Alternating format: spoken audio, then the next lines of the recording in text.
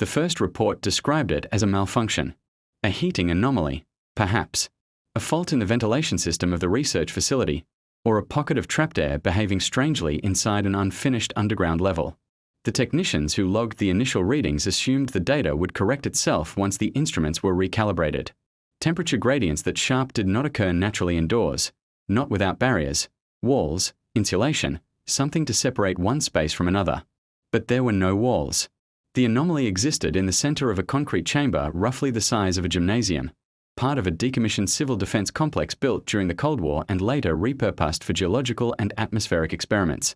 The chamber was empty except for sensors, cables, and floor markings left behind by previous projects. No furniture, no partitions, no elevation changes. And yet, in the middle of that open space, the air formed a room. Investigators would later describe it as a perfect square, approximately 4 meters on each side, oriented precisely along the cardinal directions. Inside that square, the temperature dropped abruptly by nearly 12 degrees Celsius. Outside it, the air remained stable and unremarkable. The transition was instantaneous. Step forward, and the cold wrapped around you like a sealed container. Step back, and it vanished. No gradual shift. No mixing.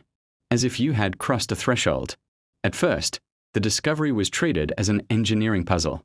Thermal cameras confirmed the shape. Infrared imaging showed crisp edges, unnaturally straight, hovering in space. Smoke tests revealed that air currents bent around the boundary, sliding along it instead of passing through.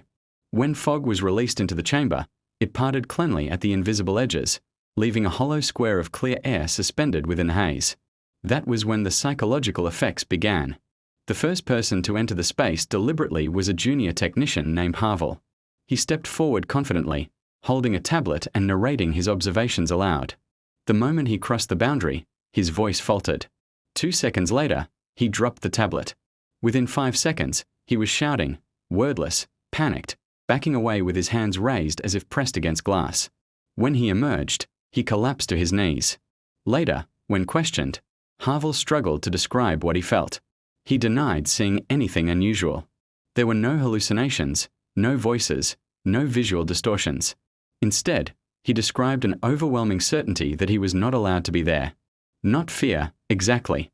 More like trespass, an instinctive conviction that he had violated a rule so absolute it predated thought. I knew, he said, that if I stayed, something would notice. Medical tests showed elevated cortisol levels consistent with acute panic, but no neurological abnormalities. He had not been touched. Nothing had chased him. Yet his hands trembled for hours afterward, and he refused to enter the chamber again. Others followed.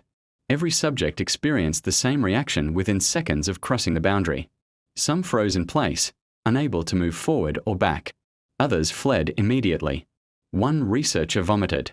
Another fainted. A third burst into tears without understanding why. The response was universal and reproducible, regardless of personality, training, or prior knowledge of the phenomenon. Importantly, the reaction only occurred inside the square. Standing centimeters from the boundary produced nothing. Reaching an arm through it triggered discomfort, but not panic. Full body entry was required, as if the space needed to recognize you as inside before responding. Instruments, unlike people, showed no distress. Robotic probes passed in and out without incident. Temperature sensors functioned normally. Pressure remained constant. Radiation levels were unchanged. Sound waves behaved oddly. Microphones placed inside the square recorded an absence of ambient noise, as though the room swallowed echoes, but this alone did not explain the human response. Then someone tried to mark it. Researchers attempted to outline the square using tape on the floor. The tape refused to stay aligned. Adhesive peeled. Chalk marks smudged overnight despite the sealed environment. Laser projections held for a few seconds before drifting off target, as if refracted by an invisible surface. No physical marker could be made to coincide perfectly with the boundary for more than a brief moment. The room resisted being drawn.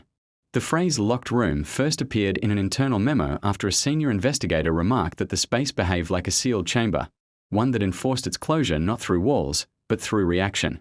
You could enter, technically. Nothing stopped your body, but something stopped you. Further tests revealed additional precision. The square's dimensions never varied. Over weeks of monitoring, It neither expanded nor contracted. Temperature inside fluctuated slightly with ambient conditions, but the boundary remained exact to the millimeter. When the facility experienced a minor seismic tremor, cracks formed in the concrete floor around the chamber, but the square did not shift. It stayed where it was, indifferent to the building that contained it. Psychologists brought in to evaluate the phenomenon proposed that the panic response might be an evolved instinct triggered by subtle environmental cues, perhaps infrasound, electromagnetic fields, or changes in air ionization. Yet repeated measurements found nothing outside normal ranges. No signal could be identified that explained the uniformity or intensity of the reaction. More troubling was the consistency of the subjective reports. Test subjects, interviewed separately, used remarkably similar language. They spoke of being watched, of standing in the wrong place, of a rule they had broken without knowing it existed. Several independently described the sensation of edges, even with eyes closed, an awareness of the square's limits that did not rely on sight or touch. One researcher phrased it more starkly: it felt like the room already had something inside it. And that thing did not include me. The decision was made to conduct a prolonged exposure test using sedation. A volunteer was anesthetized and gently moved into the square, supported by a harness. For 30 seconds, nothing happened. Vital signs remained stable. Then, without waking, the volunteer's heart rate spiked. Muscles tensed violently. EEG readings showed sudden, chaotic activity, as if the brain were attempting to rouse itself from deep sleep. The subject was removed immediately. Upon waking, the volunteer had no memory of the event, but reported an intense, lingering dread that lasted for days. He requested to be transferred off the project. At this point, the language of science began to fray. Reports grew cautious, then vague. Funding reviews questioned the value of continuing. No practical application could be identified. The phenomenon could not be weaponized, harnessed, or explained. It simply existed, an invisible, sealed space that rejected human presence without exerting force. Before the project was shut down, one final test was performed. An autonomous system was programmed to remain inside the square for an extended period, monitoring conditions continuously. It stayed for 72 hours. During that time, data streams showed increasing irregularities. Time stamps drifted out of sync with external clocks. Internal temperature readings lagged behind real-time changes by fractions of a second, then by whole seconds, then minutes. The system did not fail, but it no longer agreed with the world outside. When the unit was retrieved, its internal clock was exactly 4 minutes behind. No explanation was recorded. The chamber was sealed shortly afterward. Officially, the site was deemed unsafe due to unresolved environmental instability. The square remains where it was, now enclosed by concrete and warning signs that say nothing about what lies beneath. Those who worked on the project rarely speak about it. When they do, they emphasize what the space did not do. It did not harm anyone. It did not trap anyone. It did not change shape or pursue intrusion. It simply enforced a boundary. A room with no walls. A door that never closed, because it never needed to. Whatever defined that square did not rely on matter. It relied on recognition. The moment a person crossed into it, something fundamental responded, not with violence, but with certainty. You do not belong here. And that, perhaps, is what made it feel locked.